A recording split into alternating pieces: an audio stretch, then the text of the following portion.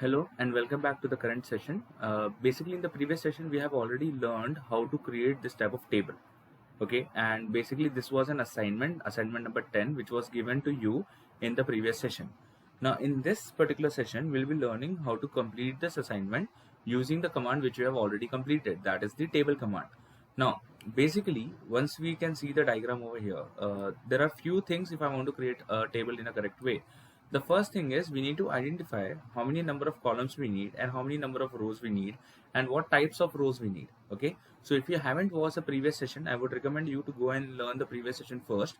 Basically, that will give you a basic understanding about how to use table command itself, and then you can continue with this video in which we'll be learning how to create the table in a proper way so that we can create this kind of output. And this will be very important because in this video what we are learning, we'll be applying that to create a title block. Now, the first thing we need to identify is how many number of columns and how many number of rows we need.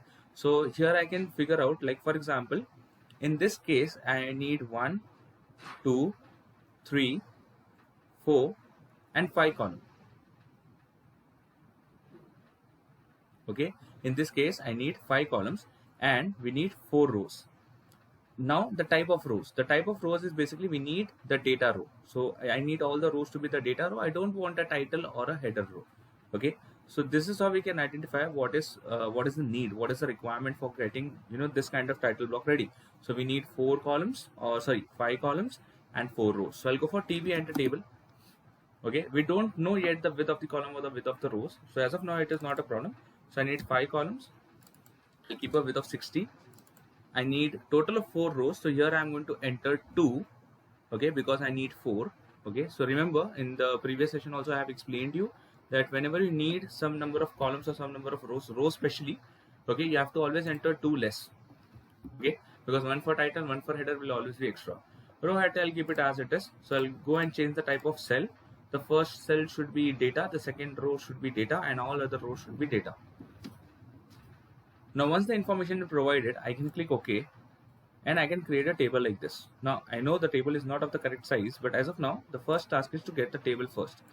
Now, once we get the table correct over here, then we need to enter the information. The first task is to identify the number of rows and columns, okay, and then the second task is to enter the data. So, for example, over here, I need to write drawn by.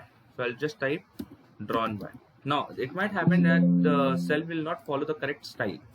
Okay, it might happen that the cell will not follow the correct style or the correct font. What you can do is you can go to ST enter and then you can choose standard over here and change that to Arial. Now, once you do that, it will follow the same style which I am also using. So here I'll choose, or I'll write drawn by.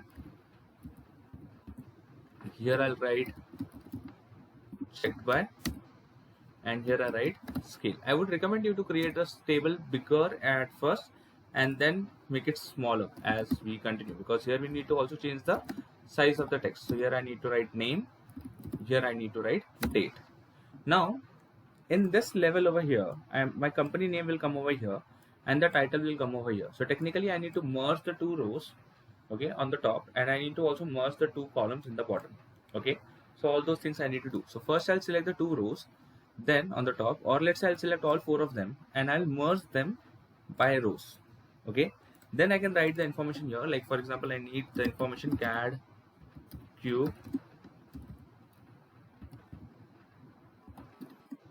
360, and here I need to write title and I need a colon after that, and here I need to write DWG NO, here I need to write material, here sheet number, and here revision. So the next step is also completed, that is entering the information. Now next part is to correctly align the information and also to correctly size the information. Now if you remember, I have already explained you that in this part we need the text height of 3, in this part we need a text height of 3.5, and here in this part we need a text height of 6. Okay, so for doing that we'll go to properties, PR enter. Okay, and then first I'll select this entire cell, okay, this entire part, okay, this all the cells, and then here in text height I'm going to type 3.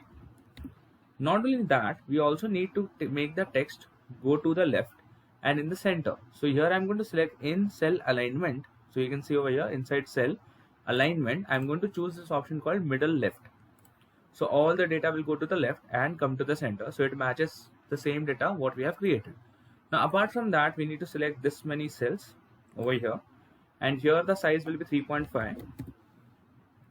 And again the alignment will go towards the middle left. So here I'll choose the middle left alignment, and this is also done. And finally I can select this and choose middle center as an alignment, and the cell height or the text height to be 6. Okay, and it is done. Now I also want to make it red, so I can just simply double click, okay, and just try to make it red.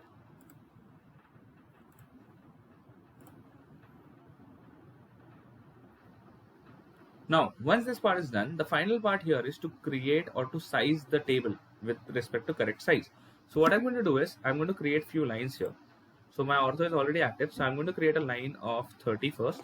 So I'm just creating a line of 30. Then I'm going to create a line of 15, then again 15, then 45, then 45. So here I have created few lines. So as you can see, there are multiple lines present over here. Okay, now I'll select the table. So this is a grip. I'll select the grip. I'll hover over the first line until I see the first endpoint. Then I'll select the second grip. I'll go over the second line until I see the second endpoint. Now I'll select the third grip. I'll go over the third line until I see the third endpoint. And then finally here over this line, and finally over this line. So this is how we can create a table which was given to you as a task. Okay, I hope you guys understood and you can do the same thing by yourself.